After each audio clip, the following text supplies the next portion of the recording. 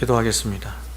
거룩하신 여호와 우리 하나님이시여, 이 시간도 우리에게 들려주시는 말씀을 통하여 우리의 영혼이 소성함을 얻고 새로움을 얻게 하여 주시며, 무엇보다 거룩하신 말씀을 통하여서 아직 하나님 앞에 회심하지 못한 자들이 회심의 역사가 일어나는 귀하고 복된 일이, 영광스러운 일이 있게 하여 주시옵소서. 예수님의 이름으로 기도합니다. 아멘.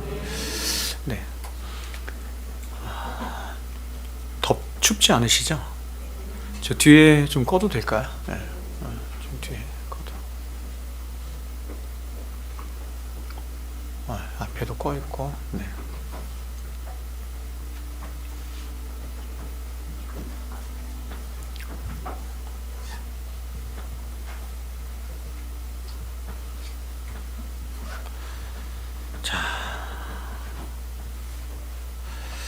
야곱은 홀로 남았더니 라는 제목으로 하나님 말씀 함께 나누겠습니다. 야곱에 관한 이야기를 함께 나눌 텐데, 이 야곱에 관한 이야기를 통해서 우리는 이 회심에 관한 원리를 살펴보게 될 것입니다. 20세기를 여러분 위대한 복음주의 세기 이렇게 불러요. 20세기를 위대한 복음주의 세기 이렇게 부릅니다. 이유가 뭐냐면 20세기에 들어서 전 세계로 이렇게 빠른 속도로 이렇게 많은 사람들에게 복음이 확장된 적이 없어요. 20세기에. 그러니까 수많은 페라처치들 뿐만 아니라 또 우리가 잘 알고 있는 그 순회 전도자 누구죠? 빌리그람 같은 이런 분들을 비롯해서 교회들이 전 세계로 복음을 이렇게 수출하기 시작했습니다. 그래서 20세기에 가히 어마어마한 속도로 전 세계를 향해서 복음이 전파되었고, 수많은 교회가 세워졌고, 수많은 사람들이 이렇게 예수를 믿는 일들이 있게 되었습니다. 그래서 20세기를 위대한 복음주의 세기 이렇게 말하지만, 그러나 20세기에 들어서 이러한 복음주의 세기에 가장 치명적인 왜곡이 일어났으니, 그것이 뭐냐면 지난 1800년 혹은 1900년 동안 교회가 생명처럼 지켜왔던 이 말씀이 다 취하게 된 것입니다. 그러니까 전 세계를 향해서 많은 사람들에게 복음을 전하고 말씀을 전하면서 많은 사람들이 쉽게 이 말씀을 받아들일 수 있도록 하기 위해서 이 복음이 굉장히 왜곡된 복음으로 나아가거나 아니면 굉장히 낮은 복음으로 나아가거나 이렇게, 그죠? 그래서 우리가 알고 있는 조나단 에드워드식 부흥운동이 아니라 찰스 핀식, 사람이 조작하여 얼마든지 부흥을 만들어낼 수 있다라고 하는 찰스 핀식 부흥운동, 이것이 이 복음주의 안에 가득 차서 쉽게 말하면 복음을 오염시켰죠. 복음을 오염시킬 뿐만 아니라 더 나아가서 저와 여러분의 신앙과 구원의 유일한 근간이 되는 성경을 오염시켰다, 이렇게 말씀을 드릴 수가 있습니다.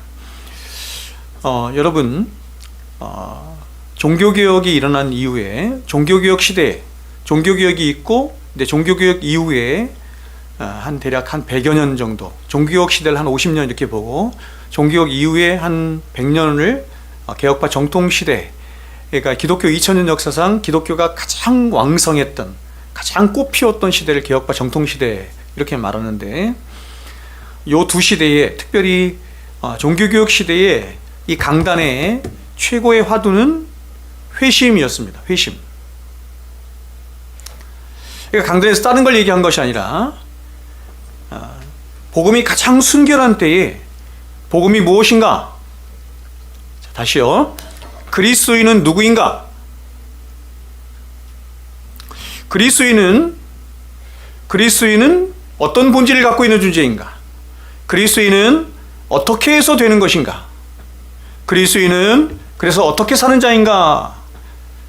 이 질문을 가장 많이 했고, 이 질문에 대한 답을 성경에서 찾으려고 가장 많이 애썼고, 그래서 그러한 답을 가장 많이 말했던 시대가 바로 종교개혁 시대, 이렇게 말할 수 있습니다. 그런데 오늘날 오늘날은 이제 이런 회심에 관한 설교나 이런 본질에 관한 설교를 잘 하지 않죠. 이게 문제인 겁니다. 제가 이렇게 목회를 하면서 보니 이런 설교를 하는 위험성이 굉장히 많이 있습니다. 이런 설교를 하는 위험성이 있는데, 이런 설교를 하게 되면 굉장히 많은 듣는 사람들이 당황해합니다. 당황해하고, 그래서 저는 지금까지 굉장히 여러 사람으로부터, 여러분들로부터 목사님 설교를 들어보니 나는 그리스도인이 아닌 것이 확증되었기 때문에 교회를 떠나려고 합니다, 이런 분들이 되게 여러 명이 있었어요. 그럼에도 불구하고 제가 용기를 내어서 이런 말씀을 드리는 이유는 뭐냐면, 여러분의 인생에 있어서 가장 중요한 문제가 바로 이 회심의 문제이기 때문에 그렇습니다. 그리스도인은 누구인가? 그리스도인은 누구인가 하는 것과 당신은 회심했습니까? 라고 하는 말은 같은 말이에요. 그리스도인은 누구입니까? 라고 하는 말과 당신은 교회 다닙니까? 당신은 목사입니까? 당신은 집사입니까? 하등의 관계가 없습니다. 하등의 관계가 없어요. 당신은 그리스도입니까? 라고 하는 말과 딱 같은 말은 당신은 회심했습니까? 하는 말이에요. 너무너무 중요한 거죠. 그래서 제가 최소한 1년에 몇 번씩은 이 회심 설교를 하려고 하고, 이 회심 소송잔치를 내년에는 좀 크게 좀 하려고 하는데, 오늘도 야곱에 관한 이야기를 통해서 이 회심에 관한 가장 중대한 이 이야기를 저와 여러분이 함께 나눴으면 좋겠습니다.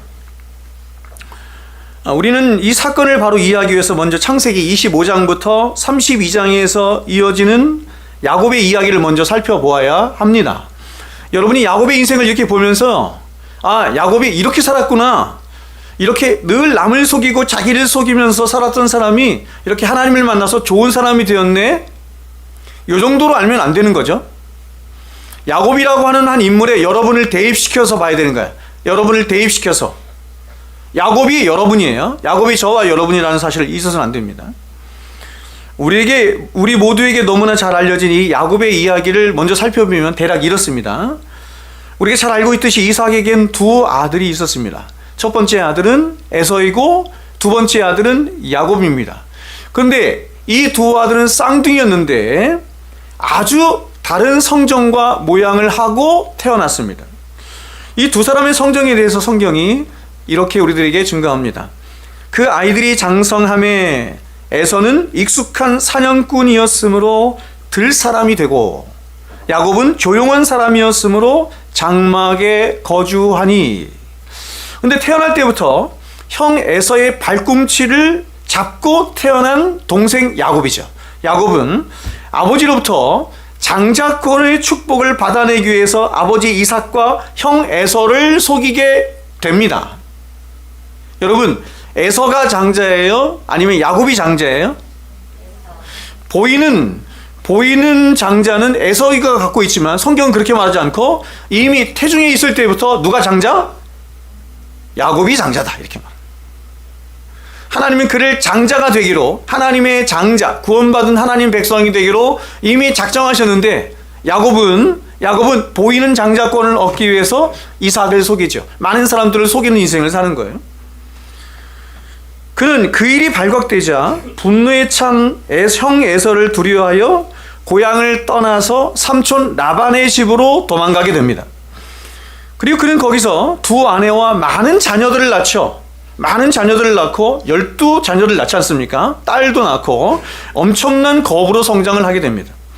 근데 이런 거부가 된 야곱이 이제 다시 라반을 떠나서 자기 고향으로 돌아가야 되겠다라고 하는 생각을 하게 되는데, 이 생각을 하게 된 이유는 뭐냐면 하나님께서 그에게 찾아오셔서 두 번이나 말씀하셨기 때문에.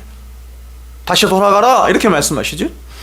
바로 이 시점에서 오늘 본문 32장의 이야기가 시작이 되고 있는 거예요.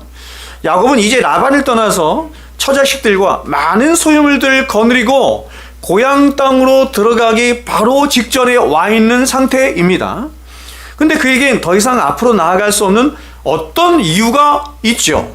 그것은 우리가 잘 아는 것처럼 오래전 바로 자신이 형 에서를 속이고 기만한 어떤 행동들 때문이었습니다. 아니나 다를까 형 에서가 지금 무장한 군인 40명을 거느리고 자기에게 오고 있다고 하는 소식을 지금 야곱이 듣고 있습니다. 그래서 그는 지금 비록 거부가 되어 있지만 그러나 앞으로 일어날 일에 대한 두려움과 불안과 공포에 휩싸여 있습니다. 왜냐하면 분노에 찬 에서를 만나게 되면 이제 야곱은 자신의 모든 재산뿐만 아니라 살아가는 처자식과 자신의 목숨까지도 위협받을 것이기 때문에 그렇습니다. 근데 이런 불안과 두려움 속에서도 야곱은 여전히 자신의 전형적인 일평생 살아왔던 자신의 전형적인 옛 모습을 그대로 유지하고 있습니다. 그것은 그가 지금까지 살아온 방식이 그랬던 것처럼 지금도 여전히 온갖 인간적인 술책과 계책과 속임수로 지금의 상황을 모면하려 하고 있다라고 하는 것입니다. 그러나 여러분, 이러한 야곱의 모습은 야곱 홀로만의 모습이 아니라 하나님을 떠나 불안과 염려 속에 평생을 살아가야만 하는 그런 모든 인간들의 전형적인 모습이죠. 저와 여러분의 전형적인 모습이자 또한 그렇게 불안과 염려로 가득한 자신을 지키고자 시도하는 모든 인간들이 갖는 헛된 시도들의 전형인 거예요. 야곱이 자신의 불안과 염려를 떨치고자 재산과 사람들을 이용하는 것처럼 우리도 그렇게 한다는 거예요. 여러분, 지금 야곱이 여기 있습니다. 그렇다면 그는 과연 이렇게 분에 차 있고 살기가 등등해 있는 형 에서의 마음을 어떻게 달랠 수 있을까요? 이것을 좀 더 확대해서 저와 여러분의 인생에 확대해서 본다면 우리의 인생 가운데 불어오는 많은 염려와 두려움과 걱정이 있는데 이것을 여러분은 해소하기 위해서 어떤 노력을 하는가, 이렇게 말할 수 있겠죠. 여러분 같으면 어떻게 하시겠습니까? 인간적인 술책과 꾀로 가득한 인생을 살았던 야곱이 이 상황에서 한 행동은 바로 자신의 목숨을 지키고 안전을 위해서 자신에게 속한 모든 소유물들과 사람들을 여러 때로 나누어서 먼저 강을 건너도록 한 것입니다. 즉, 자신에게 있는 재물을 뇌물 삼고 또 자신에게 속한 사람들을 방패 삼아서 자신이 당한 위기를 극복하려고 하는 시도를 한 것이죠. 그러나 이런 야곱의 잔꾀에도 불구하고 야곱은 여전히 불안과 염려에 안절부절하지 못하고 잠도 이루지 못한 채 근심으로 가득 차 있습니다. 이유가 무엇입니까? 그것은 실존주의 철학자 하이데거가 말한 대로 불안과 염려는 인간의 가장 가까운 친구이기 때문에 그래요. 어떤 수단과 방법을 다 동원해서 내게 불어오는, 그렇죠? 나에게 염려와 불안과 두려움을 줄 수 있는 이 모든 것들을 떨쳐버리려고 해도 떨쳐지지 않는 것이 인간의 실존이다, 이렇게 말하는 것입니다. 근데 바로 이 시점에서 야곱에게 제가 오늘 여러분과 함께 생각해보고자 하는 바로 어떤 사건이 일어난 거예요. 이걸 회심 사건이라고 하는데 가장 위대하고 놀라운 이 회심 사건이 바로 여기서 일어난 것입니다. 바로 야곱이 자신을 찾아오신 거예요. 야곱이 찾아간 것이 아니라 자신을 찾아오신 하나님과 밤새 씨름했죠. 밤새 씨름하여 이제 놀랍게도 야곱에서 이스라엘이 되죠. 야곱에서 이스라엘, 이름이 바뀌는 것은 그의 정체성, 본질이 바뀌는 거야.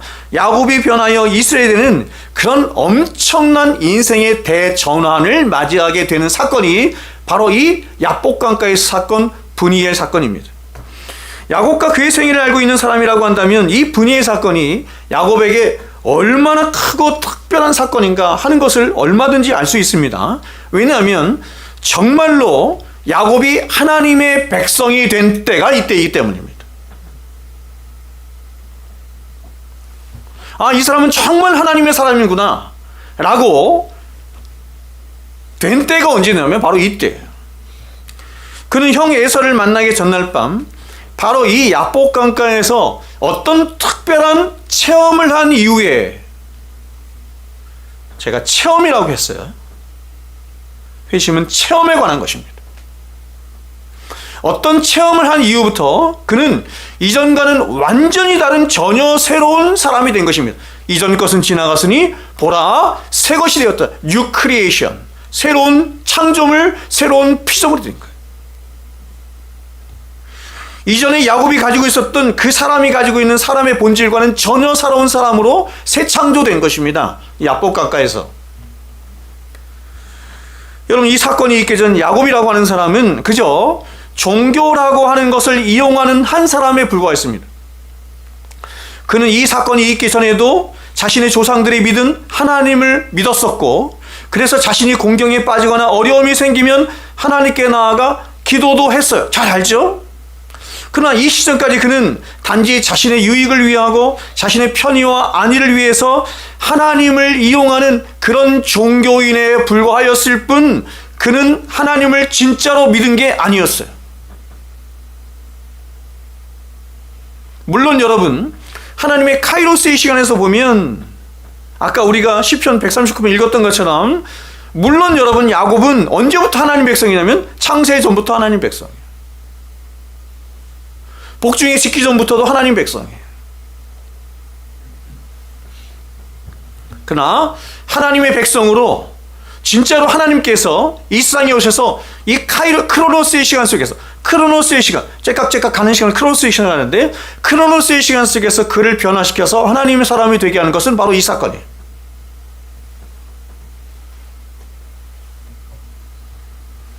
우리는 야곱이 처음 집을 떠났을 때 베델에서 하나님과 흥정하였던 사실을 잘 알고 있습니다.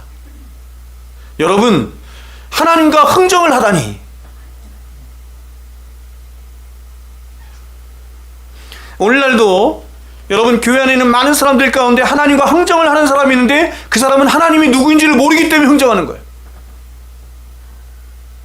진짜 하나님이 누구이신지를 안다고 한다면 흥정을 할 수가 없어요.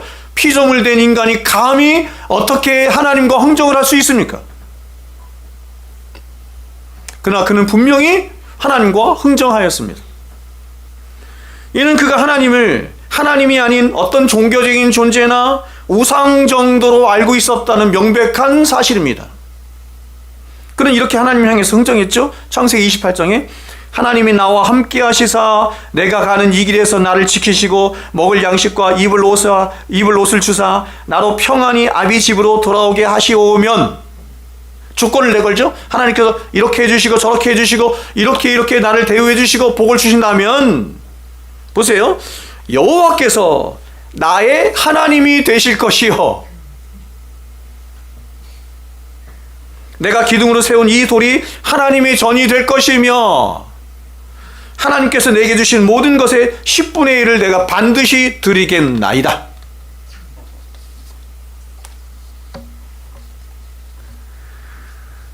저 같으면 제가 하나님이라면 이런 야곱을 절대 구원하지 않아요. 하나님의 사랑이 위대한 것이 이런 하나님조차 이용해 먹으려고 하는, 평생 속고 속이는 인생을 사는 이런 야곱과 같은 저와 여러분을 구원하여 주셨다는 것이죠. 여러분이 하나님을 주라 부르며 또 교회를 세우고 교회를 섬기고 11조를 하는 모든 일들이, 주님의 나라를 위해 사는 모든 일들이 과연 여러분이 하나님이 여러분에게 복을 주시고 여러분에게 일용할 양식을 주시고 또 평강과 안위로 여러분의 인생을 인도해 주시기 때문이에요? 이런 것은 기독교가 아닙니다. 오늘날 많은 사람들이 그런 목적을 가지고 교회에 와서 하나님을 믿는다고 신앙하지만 그것은 하나님을 믿는 게 아니에요. 야곱도 하나님을 그렇게 바르게 믿은 것이 아니라 이렇게 믿은 거예요. 샤머니즘적으로 믿은 거예요. 하나님을 샤머니즘적으로 생각한 것입니다. 그럼 야곱이 이렇게 하나님을 향해서 흥정을 한 것은 그가 하나님을 샤먼적인 존재를 알고 있었기 때문인 것입니다. 그는 하나님이라고 하는 어떤 샤먼이나 종교의 힘을 이용해서 자신의 유익과 안전을 도모하는 자였던 것입니다. 이름처럼 야곱이에요. 그는 그의 이름처럼 늘 하나님을 향해서나 사람을 향해서나 늘 이런 식이에요. 세상의 중심에 딱 자기를 두고 자기를 위해서라면 누구라도 이용해 먹을 수 있는 존재. 우리가 그렇죠. 그런데 이런 그가 오늘 야복강가에서 살아계신 하나님을 만나게 되는 바로 이 시점부터 그의 모든 인생 전체가 완전히 뒤바뀌고 있는 것입니다. 완전히 뒤바뀌고 있는 것입니다. 바로 이 시점부터 야곱은 자신이 흥정했던 그 하나님이 진짜 누구이신지를 참으로 알게 되었고 믿게 되었고, 그래서 진짜 그 하나님의 참 백성이 된 거예요. 이처럼 여러분, 이 이야기는 구약에서 가장 중요한 인물 중 한 사람이라 할 수 있는 야곱의 인생사에 나타난 어떤 특별하고도 위대한 체험, 제가 자꾸 체험이라고 강조를 해요. 혹은 그의 인생사의 절대적인 어떤 분기점이 되는 가장 중요한 사건이 되는 것이 바로 이 야복강가에서 사건, 브니엘 사건입니다. 브니엘이라고 하는 말이 무슨 뜻이에요? 야곱이 말하죠? 내가 하나님을 대면하여 보았다. 하나님을 대면하여 본 어떤 사건을 다루고 있는 거예요. 우리가 이 이야기에서 더 관심을 집중하는 이유가 뭐냐면 바로 이 이야기가 기독교와 기독교가 말하는 하나님을 진정으로 깨닫고 체험하도록 하는, 다시 말하면 회심이라고 하는 것이 무엇인지 그 회심의 본질을 가장 완벽하게 보여주는 몇몇 안 되는 본문 중에 하나가 바로 이 말씀이기 때문에 그렇습니다. 그러므로 어떤 의미에서 이 이야기는 기독교의 복음이 무엇이며 또한 그 복음이라고 하는 것이 한 개인 안에서 과연 어떠한 일을 일으키고 그 사람을 어떻게 변화를 시키며, 그렇죠? 그래서 그 사람을 어떻게 전혀 이전과는 새로운 사람이 되게 하는지를 명백하게 보여주고 있는 것입니다. 그러므로 여러분, 저와 여러분이 오늘 이 성경의 중대한 이야기를 대하면서 심각하게 생각하고 또 깨달아야 하는 것은 뭐냐면 그것은 이렇습니다. 그저 우리가 하나님을 믿는다는 것만으로 우리의 신앙은 충분하지 않다는 것입니다. 우리가 하나님을 믿습니다라고 하는 입술의 고백만으로 우리의 신앙은 혹은 우리의 구원은, 우리의 믿음은 충분하지 않다는 것입니다. 이 말은 우리가 교회를 다니는 것만으로 혹은 그저 우리가 필요할 때 하나님께 나아가 기도하는 것이나 혹은 기독교 문화 속에서 살아가는 것 혹은 기독교에 흥미를 갖는 것, 그것을 하나님을 믿는다 이렇게 말하지 않는다는 거예요. 이것은 부족한 기독교이거나 아니면 왜곡된 기독교이거나, 아니 사실상 이런 것은 기독교가 아닙니다. 제가 지난번에도 말씀을 드린 것처럼 이렇게 시작을 할 수 있어요. 아니 우리 모두는 이렇게 다 시작했어. 근데 여전히 끝까지 이렇게 신앙을 이런 식으로 갖는다고 한다면 그는 하나님 백성이 아니에요. 기독교 신앙은 그것이 아니기 때문에. 그러므로 여러분, 이제부터 저는 오늘 본문이 보여주고 있는 이 회심의 가장 중요한 몇 가지 특징들을 여러분과 함께 살펴보고자 하는데, 이 말씀을 통해서 저는 여러분 자신의 영혼을 살펴보기를 원하는 것입니다. 지금 여러분의 상태가 과연 이 브니엘 환상을 갖기 이전에 야곱의 상태에 있는지, 아니면 브니엘 환상 이후에 이스라엘과 같은 상태에 있는지를 여러분이 점검해 보시기를 원하고 제가 정말로 부탁을 드리는 것은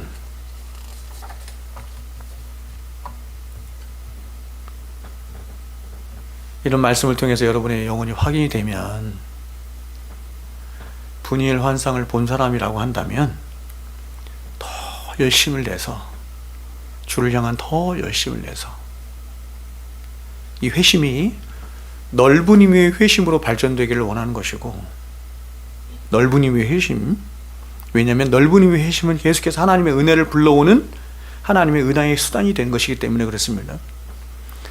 혹시 이 브니엘 사건을 아직 미비하거나 이런 경험이 없으신 분들이라고 한다면 속히 하나님께 나아가서 하나님을 찾고 부르짖으며 야곱처럼 하나님과 씨름하는 일이 있어야 된다는 것입니다. 목사님 말씀을 들어보니 나는 그리스도인이 아닌 것 같습니다. 그러니 이제부터 나는 신앙을 버리겠습니다. 이렇게 하면 안 되고, 하나님 나에게 더 큰 은혜를 주셔서 나에게도 더 명백하고 더 큰 이 브니엘 환상을 나에게 보여주십시오 라고, 보십시오, 가난하고 애통하고 온유하고 의에 줄이고 목마른 심령으로 하나님 앞에 나아가야 할 줄로 믿습니다. 먼저 여러분, 제가 지적하고 싶은 회심의 첫 번째 특징은 바로 이것입니다. 바로 회심은 지극히 개인적이고 강렬한 체험이라는 것입니다. 제가 보세요, 지극히 개인적이고 여기까지 좋은데 강렬한 체험이라고 하는 것을 포함시키긴 했지만 강렬한 체험이 없을 수도 있음을 제가 여러분께 또한 덧붙여서 말씀을 드립니다. 오늘 본문 24절을 보면 성경은 아주 독특한 한 장면에 대해서 말씀하고 있는데 바로 이것입니다. 야곱은 홀로 남았더니 하는 것입니다. 야곱은 홀로 남았더니 하는 것입니다.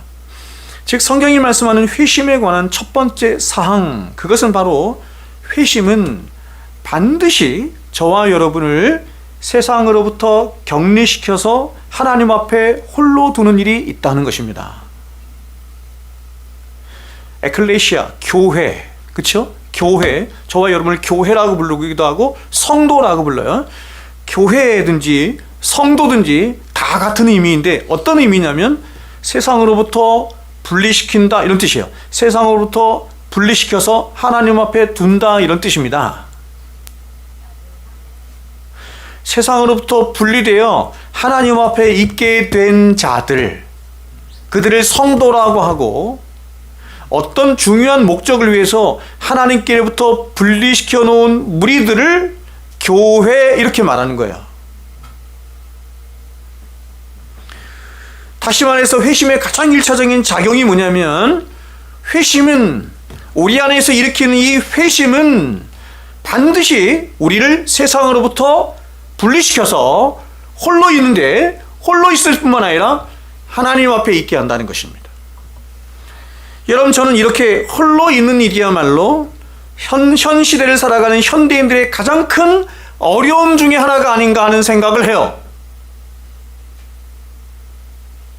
오늘날 현대인들이 케빈 디영이 말했던 것처럼 미친 듯이 바쁜 세상, 미친 듯이 바쁜 인생을 살아가고 있어서 리차드 백스터가 얘기했던 것처럼 여러분이요, 제발 여러분의 인생의 발걸음을 그 바쁜 발걸음 멈추고 여러분의 인생에 대해서, 여러분의 본질에 대해서 단 15분만, 30분만 좀 생각 좀 해십시오 할 정도로 너무나 현대인들이 바빠서 자신의 인생에 대해서, 자신의 영혼에 대해서 생각할 틈이 없어.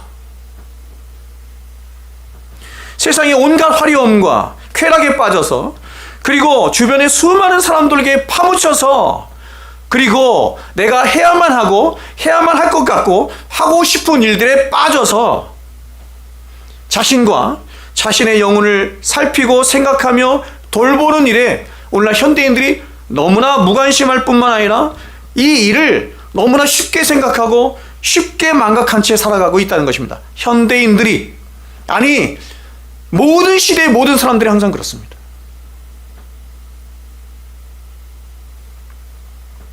여러분, 성경은 우리들에게 명백히 말씀하는 거예요. 야곱은 홀로 남았더니, 야곱에 여러분의 이름을 넣으십시오. 유병수는 홀로 남습니다. 이것은 문자 그대로 야곱이 그의 처자식은 물론이고 그의 소유들로부터, 그리고 그의 모든 관심들로부터 분리되어 있었다, 이런 말이에요. 여러분, 이것이 바로 바른 회심의 시작입니다. 지금까지 야곱의 치명적인 오류는 바로 자기 자신을 이런 것들과 동일시 여기거나 또 이런 것들을 또 다른 자신의 분신처럼 여기고 있었다는 것에 있습니다.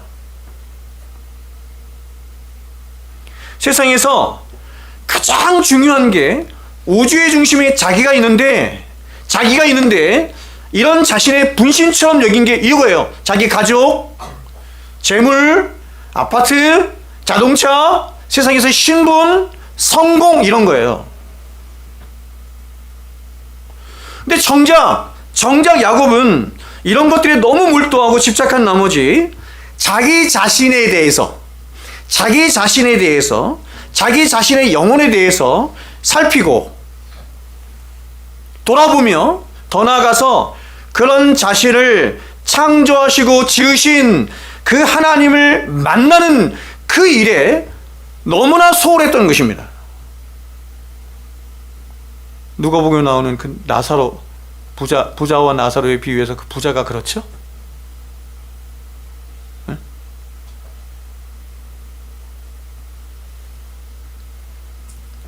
그래서 하나님은 당신의 택하신 백성 야곱. 야곱이에요. 다 그렇게 살아가고 있는데 그 중에 당신이 택하신 백성 야곱을 사랑하사 그를 이 모든 것들로부터, 세상으로부터, 바벨로부터 분리시켜서 격리시켜 홀로 있게 하시는 것입니다. 창세기 11장까지가 바벨에 관한 사건이 나오죠. 바벨. 아브라함이 어디 있었어요? 바벨론. 하나님이 아브라함을 구원시켜요. 어떻게 해요? 바벨론, 갈대아, 우르라고 불리는 바벨론으로부터 그를 분리시켜서 격리시키죠. 이게 뭐예요? 구원의 시작.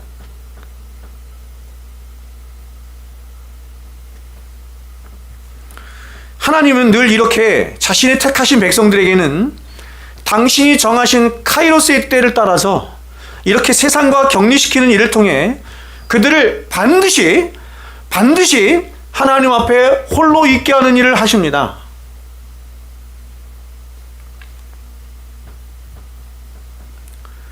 물론 여러분, 하나님이 홀로 있게 하시면은 수많은 방법들이 있을 것입니다. 그러나 하나님은 반드시 당신의 택하신 백성들에게는 홀로 남아서 제가 세 가지 말하죠, 항상. 그죠? 개인적이고 특별하고 인격적으로 그를 만나주시는 일을 하세요.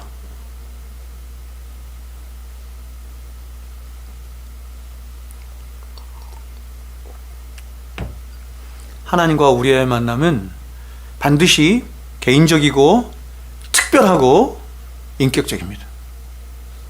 하나님 우리를 사랑해 주실 때도 세 가지예요. 개인적이고 특별하고 인격적으로 사랑해 주세요. 제가 한 예를 들어서 한번 여러분에게 설명해 보겠습니다. 굉장히 많은 예가 있지만 어떤 한 사람이 있습니다. 여러분이 주변에서 그렇죠? 하나님 만났다고 하는 사람들의 많은 간증 중에 이 간증이 제일 많을 것 같은데 어떤 한 사람이 있습니다. 그는 자기 인생에서 성공하는 삶에 많은 관심을 가지고 있습니다. 또 자신의 가족들에게도 관심이 있고 또 주변 사람들에게도 많은 관심을 가진 채 나름대로 아주 만족하고 행복한 삶을 살아가고 있어요. 그는 이런 삶의 즐거움을 느끼고 또 그런 삶의 의미와 가치를 느껴요. 그래서 그는 그러한 삶을 위해서 나름 최선을 다해서 열심히 삶을 살아가고 있습니다. 그리고 그런데 기여를 하기도 해. 그래서 이런 삶의 만족을 느끼며 그래서 이런 삶에 몰두한 채 삶을 살아가는 이 사람은 잠시 자신의 인생을 멈추어 서서 나는 누구인가? 나는 어디로부터 왔고 무엇을 위해 살아가고 있고 나의 인생의 목적지는 어디를 향해 가고 있는가? 그리고 이 인생이 다 지나간 후에 과연 나에게는 어떤 일이 있는가 하는 이 근본적인 질문들, 우리 지난주 존재론 봤죠? 이 근본적인 질문들에는 전혀 관심도 없고 생각도 하지 않는 것입니다. 왜요? 이 세상에 살아가는 것이 전부라고 생각하고 그것이 중요하다고 생각하기 때문에. 그는 이 세상에 온통 관심이 다 빠지고 함몰되어서 자기 자신을 잊고 살아가는 것입니다. 자기 자신, 자기가 누구인지도 몰라. 근데 이런 그가 어느 날 갑자기 큰 병이 든 것입니다. 다시 말해서 하나님이 이 사람에게 큰 병을 주셔서 이 사람을 그가 평생 관심을 두고 살았던 직장으로부터, 사업으로부터, 소유물과 관심사들로부터, 심지어는 그의 가족들로부터 분리시켜 놓으신 것입니다. 그러자 그는 이제 비로소 병상에 누워서 자기는 결국 나라고 하는 인간은 한 개인에 불과할 뿐이구나, 나는 절대적으로 혼자이구나 라고 하는 사실을 병상에서 깨닫는 거예요.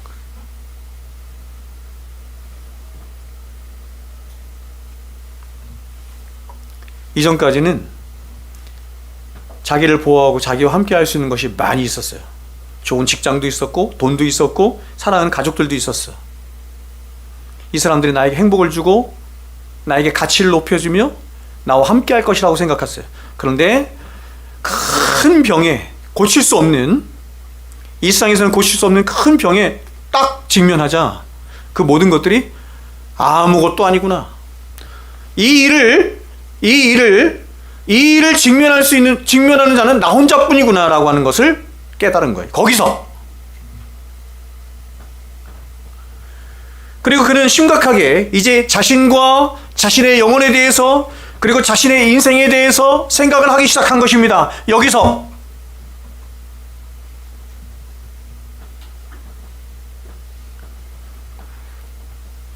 저희 아버지 살아생전에 저희 아버지는 저희 자식들을 모아놓고 늘 이렇게 말씀하셨습니다. 돈이 최고다. 너무 고생을 하셨기 때문에, 너무 가난하게 사셨기 때문에 어릴 적 머슴 생활도 하셨어요. 머슴. 초등학교도 제대로 못 나와서 한글을 어떻게 뗐냐면 그 양학방이라고 하더라고요. 양학방, 서당 같은 거죠. 그런데 가서 글을 깨우치셨어요. 너무 가난해서 밥을 굶는 게 일상이었습니다. 아버지가 해주신 여러 가지 전설적인 이야기들이. 그래서 그분은 평생 머리에 박혔어. 돈 없으면 죽는다. 그 자식들 앉혀놓고 맨날 얘기했습니다. 돈 없으면 죽는다. 돈 없으면 죽는다. 돈이 최고다. 그래서 그분은 1,000원, 2,000원 생길 때마다 계속 통장을 한번 자식들에게 보여줬는데 통장에 입금이 1,000원이에요. 2,000원. 직장을 걸어 다니셨습니다. 직장을 걸어 다니신 이유가 뭐냐면 여러 사람들과 함께 다니면 자꾸 술 먹자고 하니까. 술 먹을 돈이 없으니까. 근데 평생을 이렇게 물질주의적인 세계관에 딱 갇혀있던 우리 아버지가 그 모든 인생관이 혹은 모든 세계관이 완전히 무너진 때가 왔습니다. 암이 걸리셨습니다. 대장암이 걸리셨습니다. 처음 암이 걸리셨을 때도 여전히 살기 등등했습니다. 근데 못 고칠 때가 왔어요. 항암을 16번, 17번 했는데도 이제 못 고쳐서 아버지가 그만 중단했더니 금세 암이 퍼져서 돌아가실 때가 됐습니다. 몸이 너무 아프죠. 그 강하셨던 아버지가 너무너무 강하신 분이었습니다. 자기의가 굉장히 강했던 분이었는데 제가 그때 모시고 살았으니까 저를 모시고 막 우셨습니다. 우셨어요, 그분이. 내가 너무너무 아프다. 제가 그 아버지를 끌어안고 같이 울면서 얘기했습니다. 아버지, 돌아가실 겁니다. 머지않은 시간에 아버지 반드시 돌아가실 것입니다. 어떻게 죽음을 맞이하시겠습니까? 아버지의 영혼을 살리실 수 있는 분은 예수님밖에 없는데 어떻게 하시겠습니까? 그래서 그 아버지가 저에게 세례받고 제가 그때 목사 안수 딱 받았을 때였는데 저에게 세례받고 네가 믿는 예수 나도 믿는다. 신앙 고백하시고 호스피스 병동 가서 계속 저하고 같이 성경 보시고 예배 드리시고 하시다가 돌아가셨어요. 평생을 물질주의적인 세계관으로 살았는데 돈이 제일 중요하고 돈이 다 된다라고 생각했는데 돈으로 해결되지 않는 인생의 문제 앞에 직면한 것입니다. 세상의 어떤 것으로도 해결되지 않는 내 생명에 관한 이 일이 직면하는 것입니다. 그러자 그분이 평생 가지고 있던 세계관이 와르르 무너지면서 이 인생의 문제 앞에 당황스럽고 혼란스러웠던 것이죠.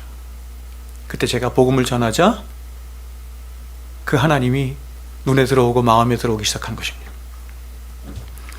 여러분, 제가 지금 아주 극단적인 예를 하나 말씀드린 것 같지만 이것은 하나님이 당신의 백성들을 홀로 있게 하시는 여러 방법들 중 한 가지 방법일 뿐이며 이러한 일들은 우리 주변에서 실제로 자주 일어나고 있습니다. 그러나 하나님은 이러한 방법뿐만 아니라 우리의 삶 속에 찾아오셔서 때로는 우리에게 깊은 실망을 안겨주시기도 하고 또 때로는 우리의 재물을 빼앗아 가시기도 하고 때로는 사업을 망하게도 하시고 아니면 사람들과의 관계에 금에 가기도 하시고 그보다 더 깊은 애정의 관계에 파경을 맞게도 하시는 것입니다. 나의 세상에서 이 여자 없으면 못 살 것 같았는데 그 여자가 나를 떠나간 것입니다. 나를 배반하고 떠나갔든지 아니면 사고를 당해서 불의의 사고를 당해서 죽었던지. 여러분, 왜 하나님이 이렇게 하십니까? 바로 당신의 백성들을 하나님 앞에 홀로 있게 하심으로, 당신 앞에 직면하게 하심으로 세상과 나는 간 곳 없고 구속한 주만 보는 일이 있도록 하시기 위함이에요.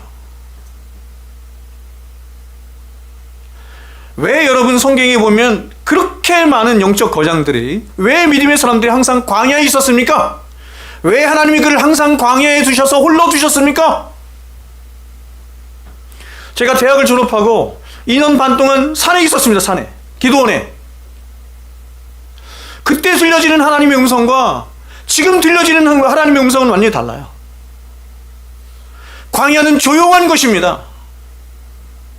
여러분, 광야에 있지 않은 우리는 너무 시끄러워. 세상의 소리들이 너무 많이 들려. 세상의 꾀가. 그래서 하나님이 말씀하셔도 잘 못 들어.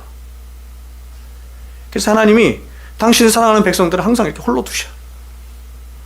구원을 하실 때도 홀로 두실 뿐만 아니라 당신의 백성으로 사용하시기 위해서 항상 광야에 두십니다. 광야.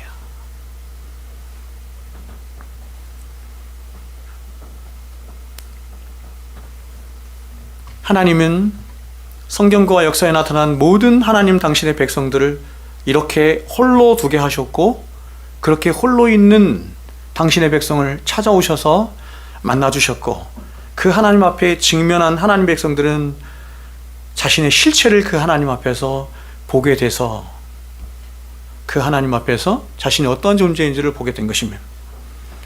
여러분, 여러분이 인생을 살아가시면서 절대적으로 잊지 말아야 할 한 가지 사실이 바로 이것입니다. 그것은 바로 저와 여러분은 결국 혼자일 뿐이며 한 개인이라는 사실입니다. 지금은 내 옆에 남편이 있고 아내가 있고 자식들이 있고 사랑하는 성도들이 있는 것 같지만, 그러나 다 떠나죠. 다 떠나고 여러분 결국 혼자만 남습니다. 그러므로 여러분, 지혜로운 사람은 어떤 사람이냐면 마지막까지 나와 함께할 사람을 가장 소중하게 생각하는 사람이죠. 여러분의 인생에서 여러분과 마지막까지 함께 있을 사람이 누구예요? 배우자죠. 그래서 배우자가 제일 중요한 거예요. 그러나 배우자도 떠납니다. 여러분의 죽음을 같이 직면하지 않아요. 해결할 수 없어요. 어떤 도움도 줄 수 없어요. 재물 이런 거는 말할 것도 없죠. 빈손으로 왔다가 빈손으로 가는 것이 우리의 인생이죠. 그러나 저와 여러분의 모든 인생 가운데 늘 함께 하시지만 죽음 앞에서까지도 함께 하시며 영원토록 함께 하시는 유일한 한 분이 있으니 그분이 바로 우리 하나님이십니다. 그러므로 여러분, 기독교가 말하는 구원의 가장 중요한 특징 중에 하나는 바로 구원은 지나칠 정도로 개인적이라는 것입니다. 즉, 구원은 우리가 이 세상에서 이렇게 많은 사람들과 함께 살아가고 있지만, 그러나 구원은 개인 한 사람이 늘 따로 있다라고 하는 것을 반드시 상기시켜 주는 것입니다. 그러므로 우리가 이 세상에 올 때도 혼자였듯이 이제 인생을 다 살고 죽음을 맞이할 때도 여전히 우리는 혼자서 감당해야 한다는 사실을 잊어서는 안 되는 것이고, 죽음 이후에 하나님의 심판대 앞에 갈 때도 저와 여러분은 반드시 하나님 앞에 심판대 앞에 모든 인생은 다 설 텐데 우리는 그때도 혼자 가야만 하는 것입니다. 응? 내 아내가 너무 믿음이 좋아서 내 아내가 천국에 올려드릴 때 난 그 치마 끄댕이 붙잡고 함께 간 그런 기독교 없어요. 그런 거 없어요. 죽음도 여러분 혼자서 맞이해야 되고, 죽음도 하나님의 심판대 앞에 갈 때도 여러분 혼자 가야 돼요. 누가 도와주지 않아요. 어떤 도움도 없어요. 그리고 하나님은 성경 66권 하나님의 말씀이에요. 요한계시록에 그 생명에 관한 책이죠. 어떤 책이라고 해요. 그 책에 의해서 여러분을 심판하실 것입니다. 반드시. 그 책에 행위가 기록되어 있어요. 여러분 이 땅에 살아간 모든 행위가, 이 생명책과는 다른 책인데 행위가 다 기록되어 있어서 그 행위를 따라 심판을 받아요. 생명책에 기록된 자만이 그 두 번째 사망의 심판을 면하게 됩니다. 두 번째, 두 번째 회심의 특징으로 나갑니다. 그것은 회심은 항상 우리를 하나님과 인격적인 관계를 맺도록 하는 어떤 특별한 체험이라는 것입니다. 여러분, 오늘날 그리스도인이라 불리는 많은 사람들이 절대적으로 오해하고 있는 문제 중에 하나가 뭐냐면, 그것은 기독교를 단순한 어떤 개념이나 사상이나 도덕이나 행실의 문제로 생각하고 있다는 것입니다. 그러나 여러분, 기독교는 어떤 견해가 아닙니다. 기독교는 우리의 삶 속에서 벌어지고 있는 어떤 일과 사건들에 대한, 혹은 교육이나 사업이나 도덕이나 윤리나 정치에 대한 어떤 태도나 견해를 말하는 가르침이 아닙니다. 그것을 목적하지 않아요. 그리고 사람을 정신적으로 고양시켜서 사람들에게 정신적인 도움을 주는 그런 정신적인 서비스를 제공해주는 종교도 아닙니다.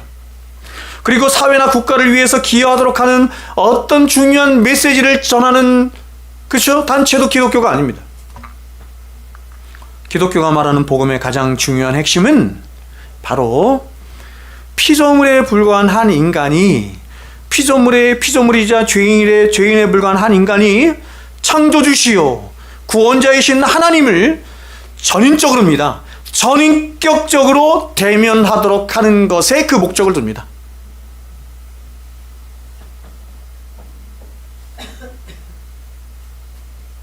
그러므로 보십시오. 그러므로 진짜 하나님 백성에게 가장 중요한 특징이 뭐냐면, 진짜 하나님 백성은 하나님의 살아계신 하나님을 믿기 때문에, 그 살아계신 하나님이 자신의 인생의 전부라고 생각하기 때문에 그 하나님의 음성을 자꾸 들으려고 그래. 말씀을 자꾸 들으려고 그래. 첫 번째.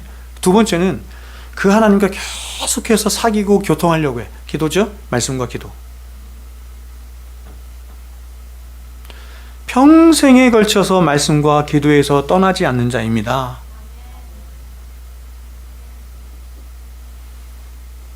여러분, 지금 야복강가에서 이 회심의 일을 체험하기 전 야곱의 모습을 한번 보십시오. 그는 오늘날 많은 사람들이 생각하고 있는 것처럼 하나님을 자신이 필요할 때 언제든지 찾아와서 축복해주는 그런 어떤 종교적인 일종의 힘이나 혹은 샤먼 정도로 생각을 했거나, 아니면 자신에게 힘과 능력이 필요할 때 돌아서서 그 힘과 능력을 달라고 요구할 수 있는 그런 하늘 어딘가에 있는 신비적인 능력 정도로 생각을 했던 것입니다. 제가 여러분께 말씀드렸지만 남묘호렌케교라고 아시죠? 남묘호렌케교. 네. 그들이 계속 기도하는 게 뭐냐면 남묘호렌케교예요. 그게 주술이에요, 주술. 남묘호렌케교가 무슨 뜻이냐? 온 우주의 기운을 나에게 끌어온다, 이런 뜻이에요. 왜 여러분 온 우주에 있는 기운을 나에게 끌어와요? 그래야 내가 건강하고 잘되고 복받고.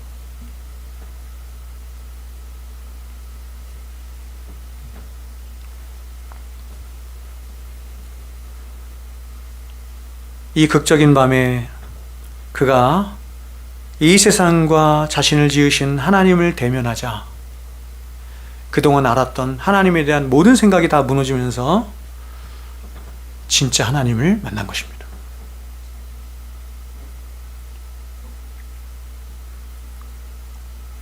제가 여러분 오늘 이 시간 여러분께 말씀을 드리고 싶은 것은 뭐냐면, 진짜 하나님을 만나야 된다는 것입니다. 제가 여러분에게 여러 번 말씀드리지만, 오늘날 많은 사람들이 교회 안에서 하나님 부르기를 전혀 주저하지 않고 쉽게 말하지만, 그 하나님이 진짜 성경이 말씀하는 그 하나님이신지를 생각해 봐야 되는 거예요. 그 창조주 하나님, 그 구원의 하나님, 심판하시는 하나님이신지를 알아야 되는 거예요. 모든 회심의 본질이 바로 이와 같습니다. 즉 모든 회심의 본질에는 바로 하나님을 인격적으로 만나서 그분 앞에서 자신의 진짜를, 실체를 보고 깨닫게 되는 그런 본질적인 체험이 반드시 수반이 되는 것입니다. 그래서 덴마크의 위대한 철학자인 키에르케고르는 기독교란 어떤 종교적인 개념을 가지고 노는 것이 아니라 인간이 살아계신 하나님을 인격적으로 만나고 깨닫는 것에 있다, 이렇게 말한 것입니다. 그러면 여러분, 이렇게 하나님을 인격적으로 만나고 그분을 대면한 야곱에게 일어난 가장 큰 변화가 무엇인지 한번 보겠습니다. 이게 27절이에요. 27절 한번 읽겠습니다. 같이 시작. 그 사람이 그에게 이르되 그가 이르되 나는 야곱이니이다. 여러분, 하나님이 야곱에게 내 이름이 무엇이냐 이렇게 물으십니다. 성경에서 이름은 그의 전부를 나타내는 것입니다. 전부. 그의 실체를 말하는 것입니다. 그의 본질을 말하는 것입니다. 너의 실체가 뭐냐? 너의 정체성이 뭐냐? 응? 이걸 물으시는 거거든요. 야곱의 이름을 몰라서 이렇게 물으시는 게 아니에요. 하나님은 야곱 자신보다 야곱을 더 잘 아세요.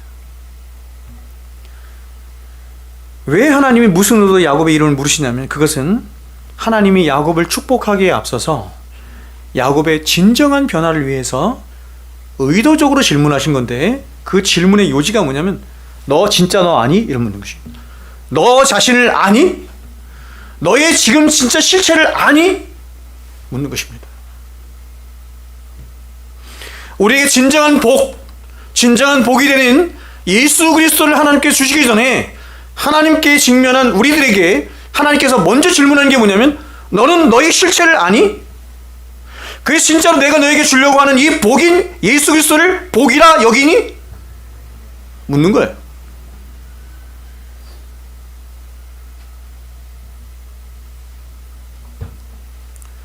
여러분, 야곱은 아마도 이 하나님의 질문 앞에 쉽사리 나는 야곱입니다 라고 하는 대답을 하기 어려웠을 것입니다. 왜냐하면 그는 이 대답을 하기에 앞서서 지금 하나님이 하시고 있는 이 질문과 굉장히 흡사한 질문을 오래전에도 들었기 때문이에요. 누구에게 들었어요? 누구에게 들었어요? 아버지 이삭에게. 장자권 문제로 그의 아버지 이삭을 속이려고 음식을 해서 이삭에게로 들어갔을 때입니다.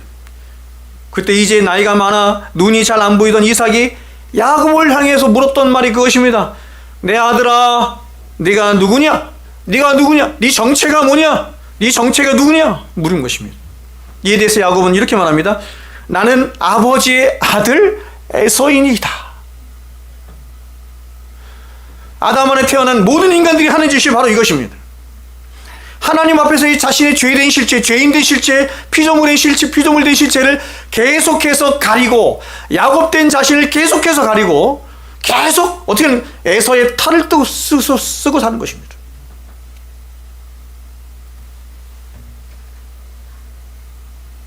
아버지의 축복을 받아내기 위해서 거짓으로 가면을 쓰고 대답을 하는 것입니다. 야곱은 바로 이것을 기억하고 있었습니다. 그렇게 지금 내 이름이 무엇이냐라고 하시는 하나님의 이 핵심적인 질문 앞에 그는 과거 자신이 거짓된 방식으로 아버지를 속이고 축복을 가로채려 했던 사실과 또한 그 위에 일평생을 다른 사람들을 속이며 살았던 자신의 그 왜곡되고 뒤틀린 인생을 생각하며 그제서야 비로소 자신은 그 거룩하신 하나님 앞에서 자신의 진짜 실체를 보며 이렇게 대답하는 것입니다. 하나님, 그렇습니다. 제가 야곱입니다.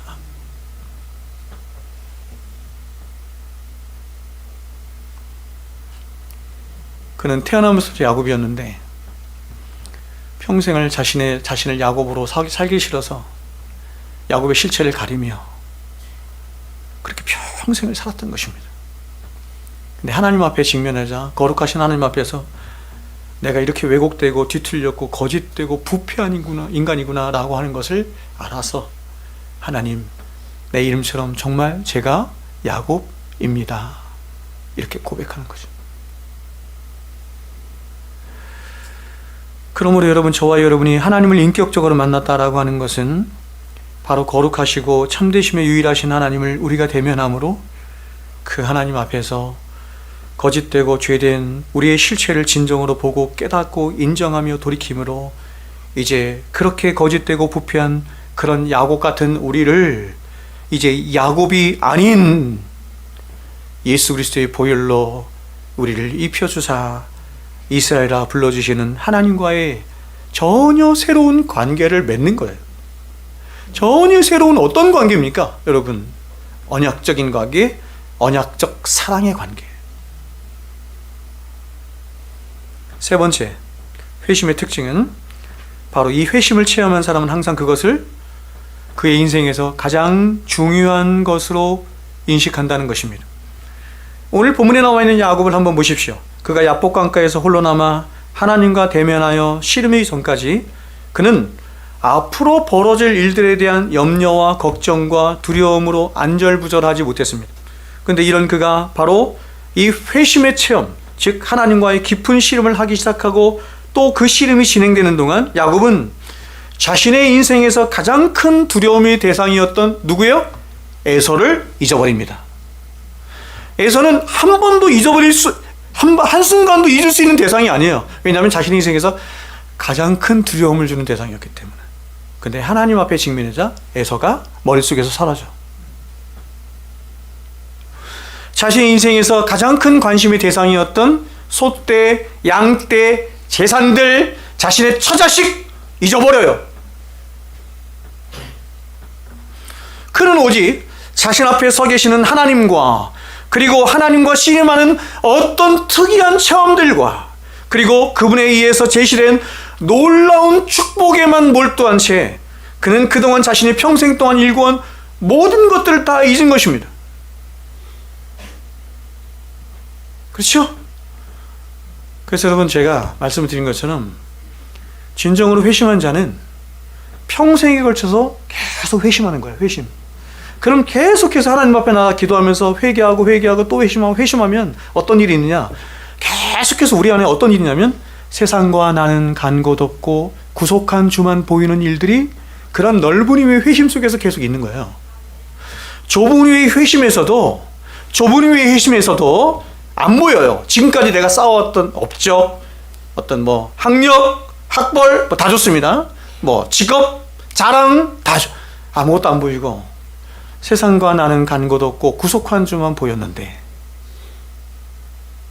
그 회심으로 말미암아 이제 날마다 하나님 앞에 나가서 기도할 때, 그래서 회개할 때 점점 아직 내 안에 잔존에 남아있는 세상과 내가 점점 없어지게 되고, 그래서 기도는 죄를 죽이고 그 점점 없어지고 내 안에 나를 구속하신 나의 왕 되신 예수 그리스도만 남게 되는 것이요.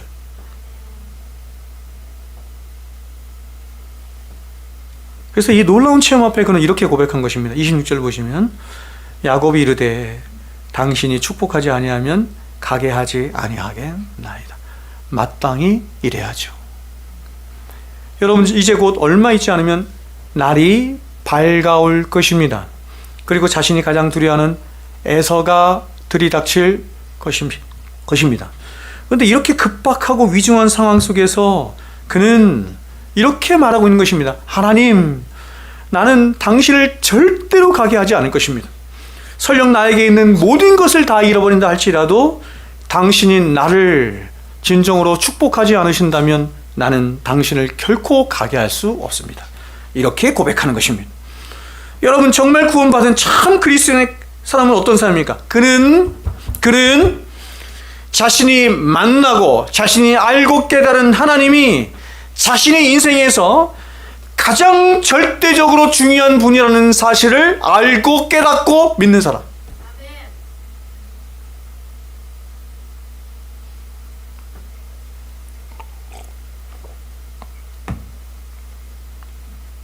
그는 자신에게 영혼이 있다는 사실과 그리고 영혼이 죄로 인해서 잃어버렸다는 사실과 그리고 그 죄로 말미암아 자기에게 심판이 있다는 사실을 진정으로 깨달아서 깨달을 뿐만 아니라 믿는 것입니다.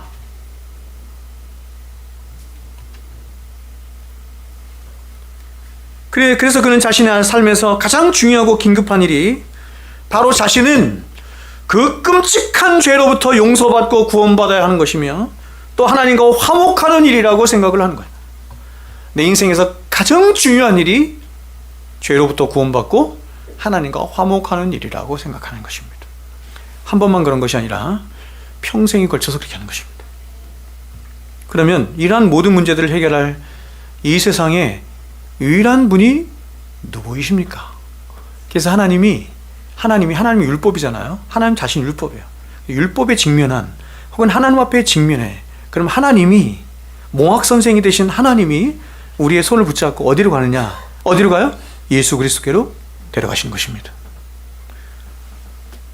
네가 해결할 수 없는 죄의 문제를, 너의 인생의 문제를 해결하기 위해서 내가 열어놓은 길이 있으니 그 길로 내가 너를 데려가리라 하면서 예수 그리스도에 데려가는 것이.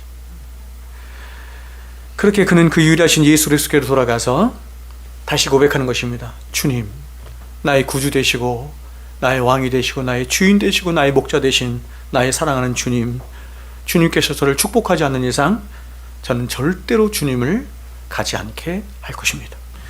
제게 있는 모든 것을 다 잃는다 해도 저는 절대로 예수 그리스도 당신을 포기할 수 없습니다. 주님만이 나의 길이시고 나의 생명이시며 나의 유일한 구원이 되십니다 하며 그분 앞에 나가서, 십자가 앞에 나가서 계속해서 씨름하며 부르짖고 찾고 간청하는 일이 있는 거예요. 여러분, 참된 회심을 경험한 모든 진실한 그리스도인의 가장 결정적인 특징은 바로 예수 그리스도 그분을 자신의 유일한 구원자시자 주님으로 모시고 사는 사람이라는 것입니다. 그렇게 그는 혹시 자신에게 있는 그 어떤 것들을 다 잃는 일이 있다 할지라도 자신은 오직 예수 그리스도께만 꼭 매어 있기를 소망하는 자예요. 내가 모든 것을 다 잃는다 할지라도 나는 예수님을 잃을 수 없다. 그는 자신의 죄의 문제와 자신의 영혼의 문제와 그리고 자신의 모든 인생의 문제를 해결할 수 있는 유일한 분은 오직 십자가 위에서 자신을 위해서 고난당하시고 죽임당하신 예수 그리스도 뿐이라는 사실을 절대적으로 아는 사람이기 때문에 그는 그 예수 안에 있는 엔크리스토스, 예수 안에 있는 그 무한한 복과 은혜와 영광과 생명들을 보면서 주님, 저는 제게 있는 그 모든 것을 다 잃거나 빼앗긴다 할지라도 오직 주님만은 빼앗길 수 없습니다. 주님 안에만이 생명이 있습니다. 주님 안에만이 구원이 있습니다. 그 주님은 이것을 이렇게 우리에게 역으로 말씀하신 거예요. 이 말씀을 이런 측면에서 봐야 되는 것입니다. 누가복음 14장.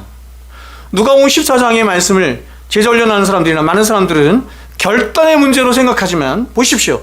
이 문제를 역으로 이렇게 한번 보십시오. 이렇게 말씀해 예수님께서 수많은 무리가 함께 갈새 예수께서 돌이키사 이르시되 무릇 내게 오는 자가 자기 부모와 처자와 형제와 자매와 더욱이 자기 목숨까지 미워하지 아니하면 능히 내 제자가 되지 못하고 누구든지 자기 십자가를 지고 나를 따르지 않는 자도 능히 내 제자가 되지 못하리라. 제자훈련에서 말하는 것처럼 저도 오랜 시간 제자훈련했습니다. 제자훈련에서 말하는 것처럼 그리스도인과 제자는 절대 분리되지 않습니다. 그리스도인과 제자는 하나입니다. 그러니까 여러분 이렇게 말하는 거예요. 예수님께서 말씀하시기를 그리스도인이란, 참된 그리스도인이란 그리스도 안에 있는 그 무한하신 생명과 복과 영광에 관한 것을 보므로 그분을, 예수 그리스도 그분을, 모든 복이 담겨있고 생명이 담겨있고 영생에 관한 것들이 담겨있는 그 예수 그리스도를 초월적으로, 아니 자신의 생명보다 더 사랑하는 자가 된 것을 말하는 것입니다.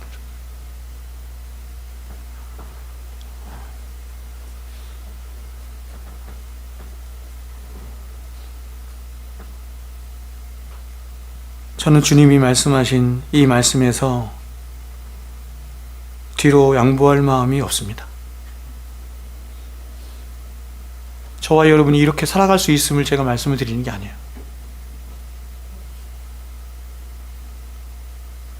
그 요한복음 21장에서 예수님께서 말씀하신 거예요. 내가 이것들보다 나를 더 사랑하느냐.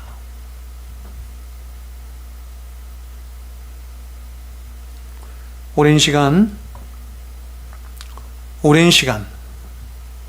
제가 이 구원에 대해서 오랜 시간 고민하고 애쓰고 또 성경과 씨름하며 연구한 끝에 내린 결론입니다. 성경이 말씀하는 그리스도인, 참된 그리스도인, 구원받은 그리스도인의 가장 중요한 특징은 이 세상 어떤 것보다 주님을 초월적으로 사랑하는 자라는 것입니다. 넘어지고 쓰러지고 실패하고 합니다. 물론. 그래서 너무나 그분을 사랑하고 초월적으로 사랑하기 때문에 그런 자신 때문에 아파하고 통회하는 거예요. 왜 그리스도인이 아파하고 통회하느냐? 왜 하나님 앞에 가서 여전히 계속 우느냐? 그렇게 초월적으로 하나님을 사랑하지 못하는, 그리스도를 사랑하지 못하는 자신 안에 있는 여전히 잔존하는 죄악 때문에, 죄악의 모습 때문에 그렇게 하는 것이죠. 그러므로 여러분, 이러한 사실을 통해서 우리가 유추하여 말한다면, 저와 여러분이 예수 그리스도를 끝까지 쫓으며 또한 이 세상 그 어떤 것들보다 더 주님을 사랑하며 살 수 있는 비결이 뭐냐면, 그것은 바로 이렇습니다.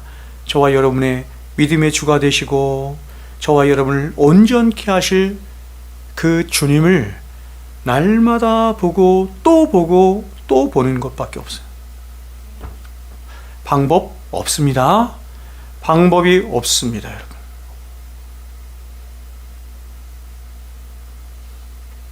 그래서 히브리서 기자가 말한 거예요. 히브리서 11장에서 그 위대한 믿음의 사람들 다 열거한 후에 우리도 그와 같이 똑같이 살 수 있는 비결이 뭐냐면, 그렇게 살 수 있는 비결이 뭐냐면, 저와 여러분의 믿음의 주여 우리를 온전케 하신 예수를 바라보는 것밖에 없다.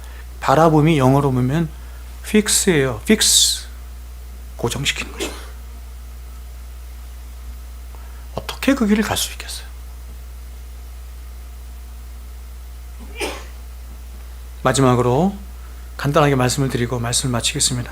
네 번째 특징은 이 회심의 경험이 결국 삶의 영원한 변화들로 이어진다는 것입니다. 저는 여기서 회심의 변화는 영원한 것이라는 사실을 반드시 강조하여 말씀을 드리고 싶습니다. 여러분, 야곱은 야복강가에서 분이엘 체험 이후 다시는 전과 같을 수 없습니다. 그는 다리를 절었습니다. 그는 다리를 절었습니다. 다리를 절게 하신 분이 누구냐면 하나님이십니다. 환도뼈를 쳐서. 다리를 절었다라고 하는 것은 뭐냐면 그의 존재 자체를 무너뜨렸다, 이런 뜻입니다. 그는 몸에 이 회심의 표지를 갖게 되었고, 자신이 무너지는 이 회심의 표지를 갖게 되었고, 그 이름도 야곱에서 이스라엘로 바뀌게 되었습니다. 우리는 이 사건 이후 계속해서 전개되는 야곱의 이야기 속에 그가 얼마나 과거와는 다른 삶을 살아가고 있는지를 확인할 수 있습니다. 여러분, 이제 과거의 야곱은 없습니다. 오직 자신만을 강하게 믿었고 자신만을 의지했고, 또한 그 이름처럼 끊임없이 남을 속고 속이는 꽤 많은 인생에서 이제는 하나님이 그 환도뼈를 쳐서 무너뜨리심으로, 그의 존재를 무너뜨리심으로 오직 하나님이 주신 그 지팡이, 하나님이 주신 그 지팡이, 예수 그리스도의 십자가만을 의지하여 살 수 있는 그런 그리스도 안에 있는 참 병신이 된 것입니다. 참 불구자가 된 것입니다.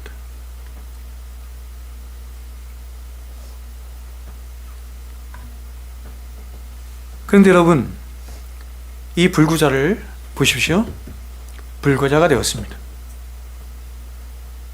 이제 자신은 지팡이를 의지하여 살 수밖에 없는 불구자가 되었습니다. 지팡이가 아니면 거동을 할 수가 없습니다. 근데 이 불구자를 향해서 주님이 뭐라고 말씀하세요? 너는 승리자다, 이렇게 말씀하십니다. 이스라엘이라라. 이스라엘 승리자. 그러면 여러분, 진정한 승리자는 누구냐면, 그것은 죄와 마귀와 세상의 권세를 이기시고 죽음에서 부활하여 승리하신 예수 그리스도, 그분만을 전적으로 믿고 의지하며 따라가는 자죠. 여러분, 저와 여러분의 삶에서 승리가 무엇입니까? 세상 사람들이 말하는 승리는 저와 여러분이 세상을 이길 수 있는 힘을 갖는 것입니다. 능력을 갖는 것입니다. 신분을 얻는 것입니다. 성경이 저와 여러분에게 말씀하는 진정한 승리자는 이렇게 말씀합니다. 그것은 내 안에서 점점 나는 쇠하여 가고 그분만이 흥하여 가시는 것을 승리라고 말씀합니다. 그렇게 믿으십니까? 예수 그리스도 그분이 진정한 승리자가 되셔서 그분을 여러분의 마음에, 여러분의 심령에 충만하게 모시고 그분과 함께 내 자신이 완전히 무너져서 그분의 뜻이 나의 뜻이 되고 그분의 계획이 나의 계획이 되고 그분이 기뻐하시는 것이 나의 기쁨이 되며 그의 사랑하시는 것이 나의 사랑이 되어서 사랑하는 대상이 되어서 나도 그렇게 그분처럼 살아가는 것을 승리하는 삶이라고 믿으십니까? 오늘 제가 4가지를 말씀드렸습니다. 말씀 맺겠습니다. 이 시간 제가 여러분에게 가장 중대하고 심각한 질문을 드리며 오늘 말씀을 마치고자 합니다.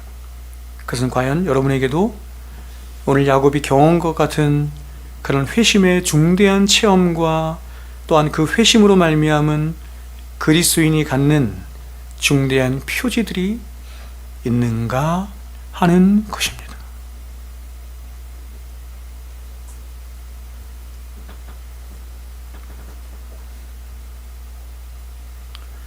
제가 이런 말씀을 준비할 때마다 걱정을 많이 합니다.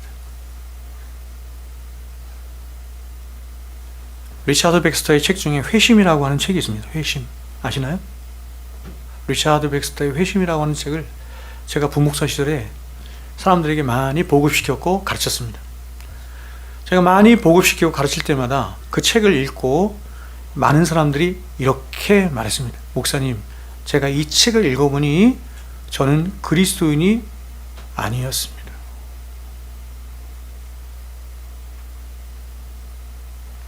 조셉 얼라인의 천국에로의 초대 같은 책을 제가 더 보급시켰습니다. 그 책이 더 좋아서. 그 책을 읽고 난 후에도 많은 사람들이 저에게 그렇게 얘기했습니다. 목사님, 제가 이 책을 읽고 나니 저는 그리스도인이 아닌 것 같습니다.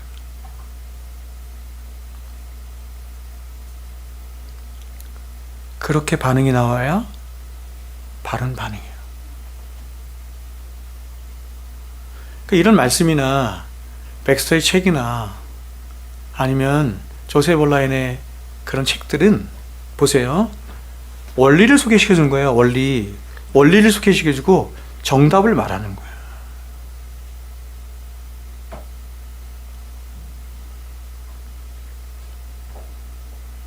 우리는 그 정답에 많이 못 미쳐 있을 수 있습니다. 근데 회심한 사람의 가장 중요한 특징이 뭐냐면 그렇게 못 미쳐 있는 자신 때문에 괴로워하고 힘들어하고 그래서 하나님 앞에 가서 통해 자복하고 회개하는 사람. 그래서 하나님의 은혜를 구해.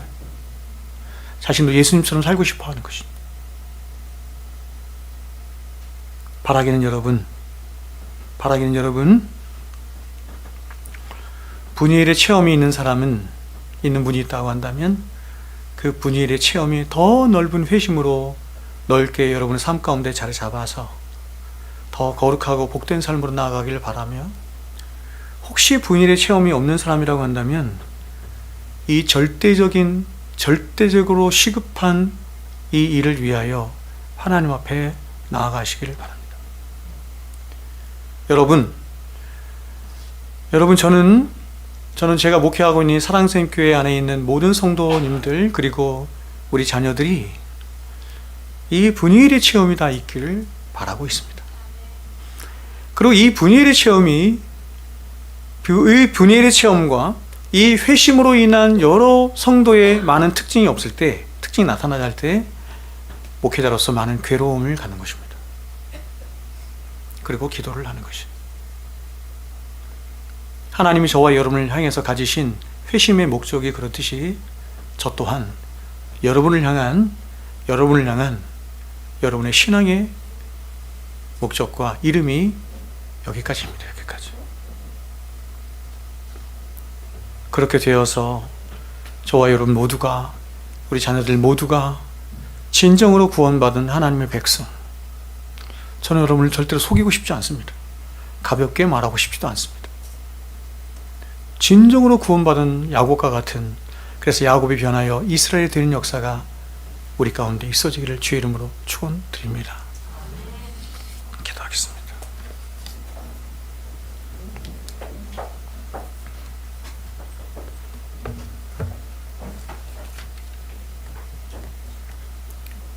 거룩하고 복되신 여호와 우리 하나님이시여, 야곱이 변하여 이스라엘이 된 것처럼 우리 또한 하나님 앞에 야곱과 같은 인생을 살아갔던 자들이었습니다.